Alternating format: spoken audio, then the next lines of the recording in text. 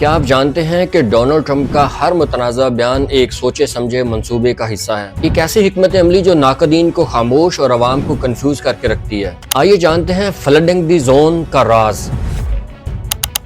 ایسی حکمت عملی جو دنیا کی سب سے بڑی طاقت کو کنٹرول کرنے کی کوشش کر رہی ہے۔ ڈونلڈ ٹرمپ جو خبروں، سرخیوں اور تنازعات کا دوسرا نام بن چکا ہے، لیکن سوال یہ پیدا ہوتا ہے کہ یہ سب اتفاقی ہے یا اس کے پیچھے کوئی گہری منصوبہ بندی ہے۔ صدر بننے کے چند ہفتوں بعد ہی ٹرمپ نے پوری دنیا کو حیرت میں ڈال دیا ہے۔ امیگریشن پر کریک ڈاؤن، معاشی پابندیاں، نئے ٹیرفز، حتیٰ کہ غزہ کو خریدنے کی بھی تجویز دی ہے صدر ٹرمپ نے۔ یہ اتنے بڑے بڑے بین الاقوامی سودے یک کے بعد دیگرے، کیا یہ سب اچانک ہو رہا ہے یا اس کے پیچھے ایک بہت بڑا منصوبہ یا کوئی پالیسی ایسی ہے کہ جس سے ناقدین کو خاموش رکھا جا سکے اور عوام کو کنفیوز؟ لیکن یہ تیز رفتاری صرف فیصلوں کی نہیں ہے، یہ صرف ایک حکمت عملی ہے جس کو فلڈنگ دی زون کہا جاتا ہے، جس کا مطلب یہ ہے کہ کھیل کے میدان کو ایسا بھر دو کہ مخالفین ہار جائیں یا ہانپ جائیں، مخالف کو ایسا تھکا دو کہ اس کو سوچنے سمجھنے کی صلاحیت ختم ہو جائے۔ اسے کہتے ہیں فلڈنگ دی زون۔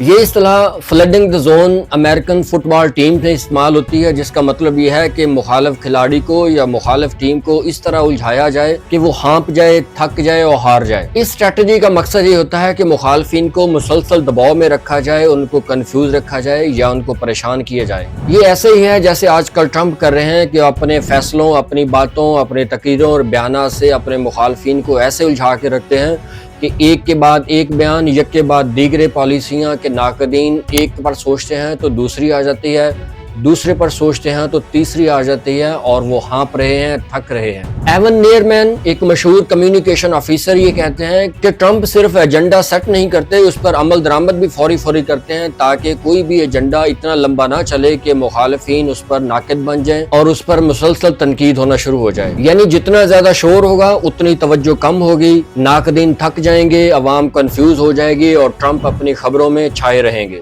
یہ ہے اسٹریٹجی فلڈنگ دی زون جو ٹرمپ نے آج کل اپنائی ہوئی ہے، جس سے پوری دنیا کنفیوز ہے۔ شور، انتشار اور مستقل سرپرائز، یہ فلڈنگ دی زون کے تین اہم ایلیمنٹ ہیں۔ اسی وجہ سے ٹرمپ کی جانب سے اکثر اعلانات، بیانات یا اس طرح کی متنازع خبریں جمعے کے روز آتی ہیں تاکہ ویکنڈ میں اس کا شور دب جائے اور ویکنڈ جیسے ختم ہو ایک نیا اعلان کر دیا جائے، نیا بیان دے دیا جائے یا ایک نیا فیصلہ کر دیا جائے۔ لیکن سوال یہ پیدا ہوتا ہے کیا یا اس سے ٹرمپ کو فائدہ ہوگا یا نقصان؟ کیا یہ اسٹریٹجی مستقل چلتی رہے گی اور اس کی افراتفری سے لوگ تھک جائیں گے یا اکتا جائیں گے؟